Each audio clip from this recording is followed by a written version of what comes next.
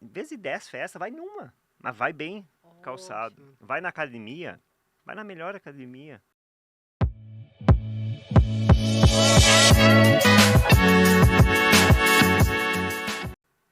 Olá, tudo bom com você? Eu sou Débora Galhardi, jornalista e host deste podcast que eu tenho a honra de poder fazer parte, que é o Chave Mestra Podcast.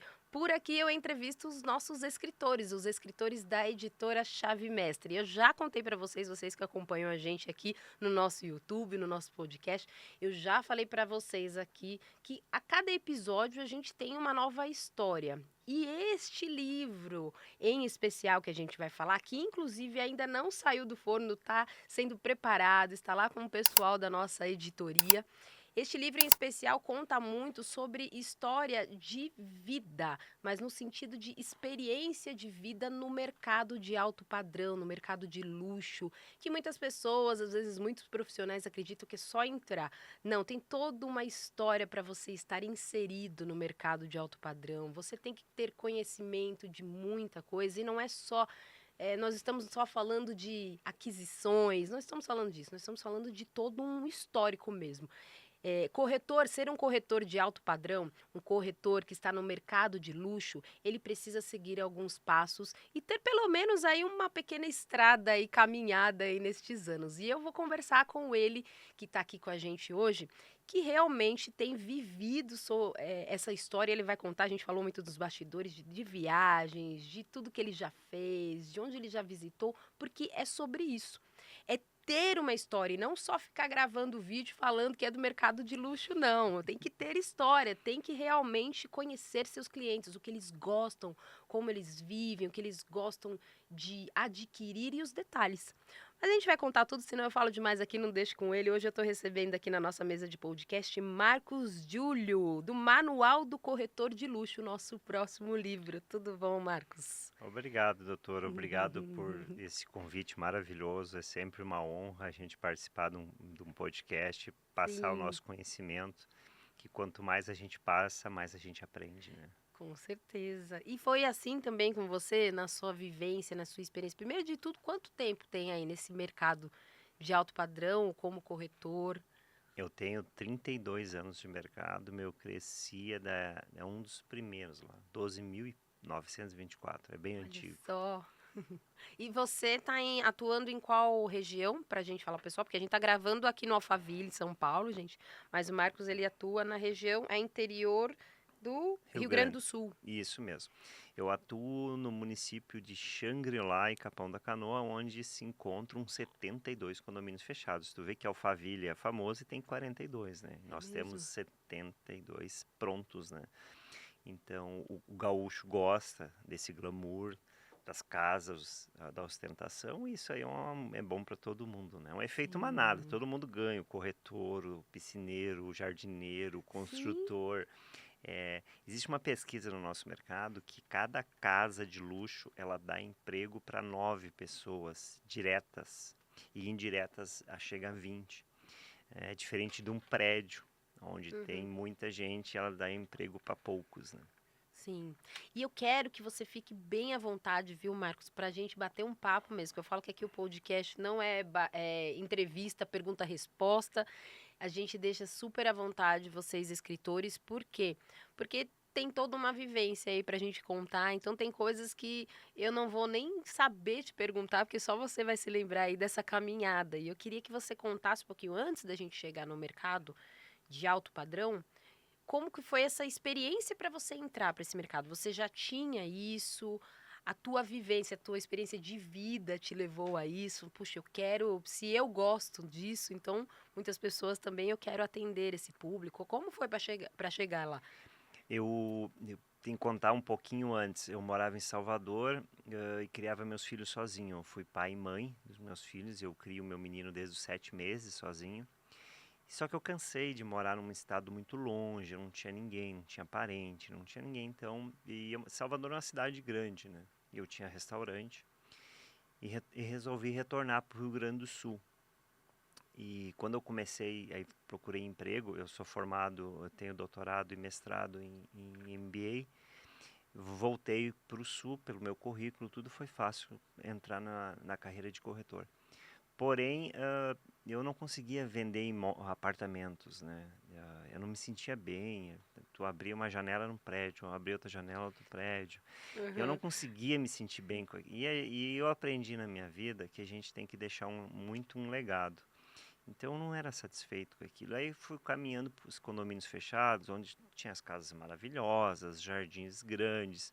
E isso foi me dando uma fome, uma vontade de ser feliz naquele mundo ali da corretagem dos imóveis com diferencial, porque existe um valor agregado muito grande, né? De satisfação de cliente, de família. Eu fui pai e mãe, então eu me preocupava muito com os filhos dos clientes, né? Eu sabia o tão bom seria eles dentro de Sim, um condomínio, né? Então ali foi onde começou. legal. E aí depois, começou, eu já saí de lá, falei, não, vou. Você já era corretor? Eu já tinha meu cresci desde 1992. Ah, tá. Mas aí você começou a ver aquilo que você queria para os teus filhos ali, né? Você tem um menino? Eu tenho 3 filhos, eu tenho Naquela dois. época Isso, era naquele um. tinham 2. Eu tinha Tinham uma dois. menina de 4 anos e um menino de 7 meses. E aí Quando eu você fui pro começou sul a já tinha pensar, né? 5. Sim, sim, sim. Eu queria me profissionalizar, Uhum. aprendi com a vida que a gente tem que ter foco. Não adianta a gente querer muitas coisas, né? Então a Óbvio. gente tem que ter foco no que a gente faz, no trabalho e família. Sim. Então é importante, porque senão você é só uma pessoa, né?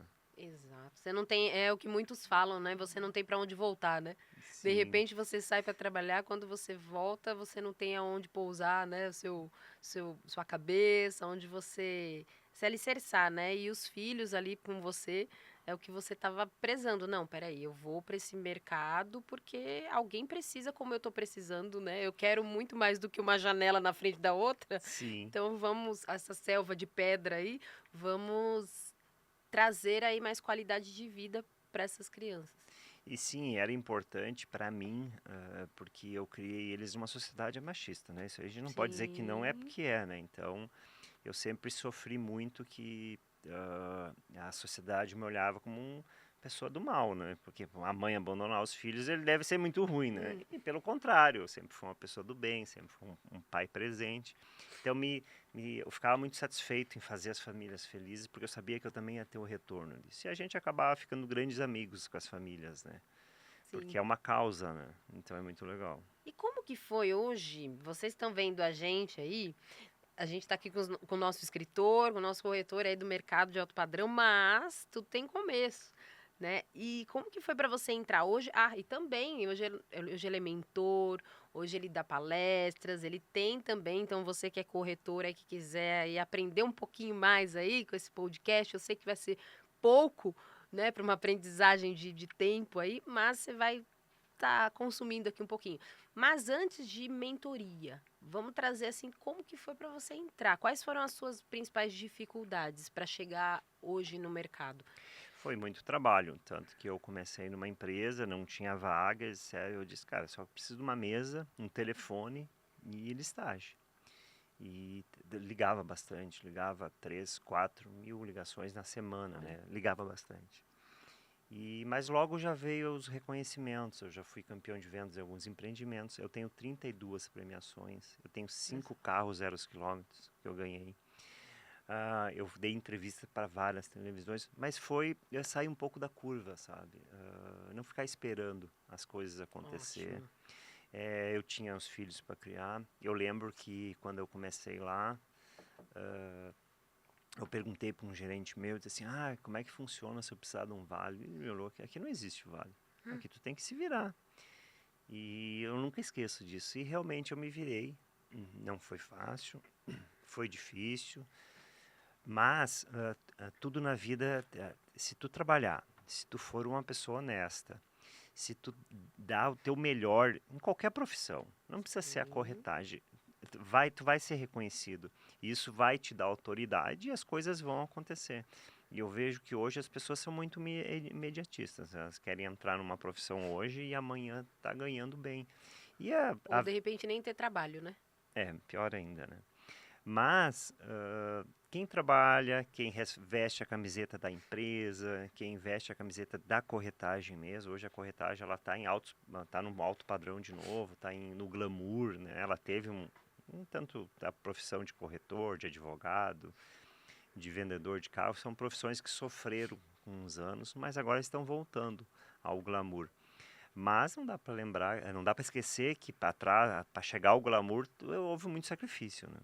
E não só o sacrifício, a gente estava conversando aqui nos bastidores e você também falou isso. Você começou a entrar a sua vida também a esse alto padrão, né? Você fala hoje, eu tenho carros, tudo. Claro que as conquistas vêm com o seu trabalho, mas você também precisou vivenciar esse mercado, vamos dizer assim, essa vida que o seu cliente tem, para que você também saiba o que ele gosta. Então, como que foi para você entrando? Como que é hoje o cliente que você atende? Vamos agora para o atual. Qual é o tipo de cliente que você atende? Quem são essas pessoas?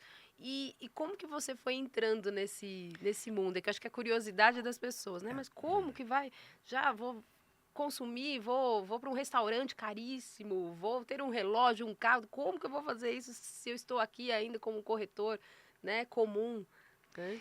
Você tem que gradativamente, né? Tu tem que começar a frequentar lugares certos. Eu falo, inclusive na palestra eu falo isso. Se tu vai numa festa, mas vamos lá, vamos um pouquinho antes. Como é que eu entrei nisso? Uhum. O mercado de luxo, ele te proporciona ganhos altos. E te proporciona a parte melhor, tu conhecer ambientes bons, frequentar ambientes bons. E ali começa teu network, né? E ali começa. Então é muito importante. Peraí. Fica à vontade. E pode beber bastante água aí, porque tem bastante pergunta aqui pra você. Inclusive, desculpa que eu te cortei, mas inclusive que é o tema do teu livro, né? Isso, Networking. isso. Tudo Então, começa para isso. depois. Então é importante você pegar e começar a cuidar aonde você vai, com quem você anda.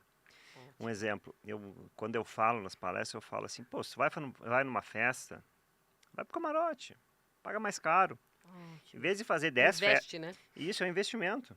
Eu tenho um cliente aqui de São Paulo, que eu conheci ele no camarote do Gustavo Lima. Eu vendi para ele, ele faz investimentos, ele é aqui de São Paulo. Então, assim, em vez de 10 festas, vai numa, mas vai bem calçado. Ótimo. Vai na academia, vai na melhor academia. Porque assim, ó, vamos falar na festa, lá na pista, não vai estar teu cliente. Claro. Se tu quer frequentar esses ambientes. Quando eu ia para jogo de futebol, teve uma época que o Internacional estava no auge, assim, a gente comprou uma cadeira dentro do camarote. Por quê? Para estar nesse meio. Porque é lá que estão os empresários. E a indicação, hoje, para te ter uma ideia, eu atuo somente em indicações. Então eu tenho muita indicação porque eu trato com o dono de concessionária, com o investidor, porque ele pensa muito em números. Uhum. Esse cliente não é um cliente que ele se emociona, não é a primeira compra, é o cotidiano dele fazer negócio. Então ele olha o imóvel e eu trabalho numa área que é o segundo imóvel, não é o primeiro, que é mais difícil ainda porque é imóvel de praia. Mas a gente tem negociações que o imóvel de praia é muito melhor que o imóvel de moradia, porque na moradia, onde ele mora, na capital, tem segurança, ele não pode usar seus carros. Existe tu tem que esconder o que realmente tem. E na praia não, na praia os condomínios fechados, ela te dão essa liberdade. Tu tem um belo carro, tu tá bem vestido, tu tá com as tuas joias, que não tem roubo, não tem assalto. Então, tu consegue utilizar digamos assim, o luxo na praia e na cidade não, em função do perigo. Mas é um mercado maravilhoso, mas é assim, é indicação, boca a boca, ser muito sério, sério nas palavras. Como que eu digo, o conselho que eu posso dizer assim, cara, se tu marcou tal horário e aconteceu alguma coisa, fala a verdade. Sim. Se tu não foi lá olhar o imóvel, vai lá e diz, olha, eu não olhei o imóvel, 1000 perdões, eu esqueci. É muito mais bonito, é muito, porque essas Porque é pessoas, real, né? é que essas pessoas, o que elas mais querem, nós, prestadores de serviços, é a honestidade. É a honestidade. Então, de repente, tu pode perder esse cliente e perder as indicações deles por uma bobagem, uma falha tua. Tu tem que lembrar que tu é humano e tu erra.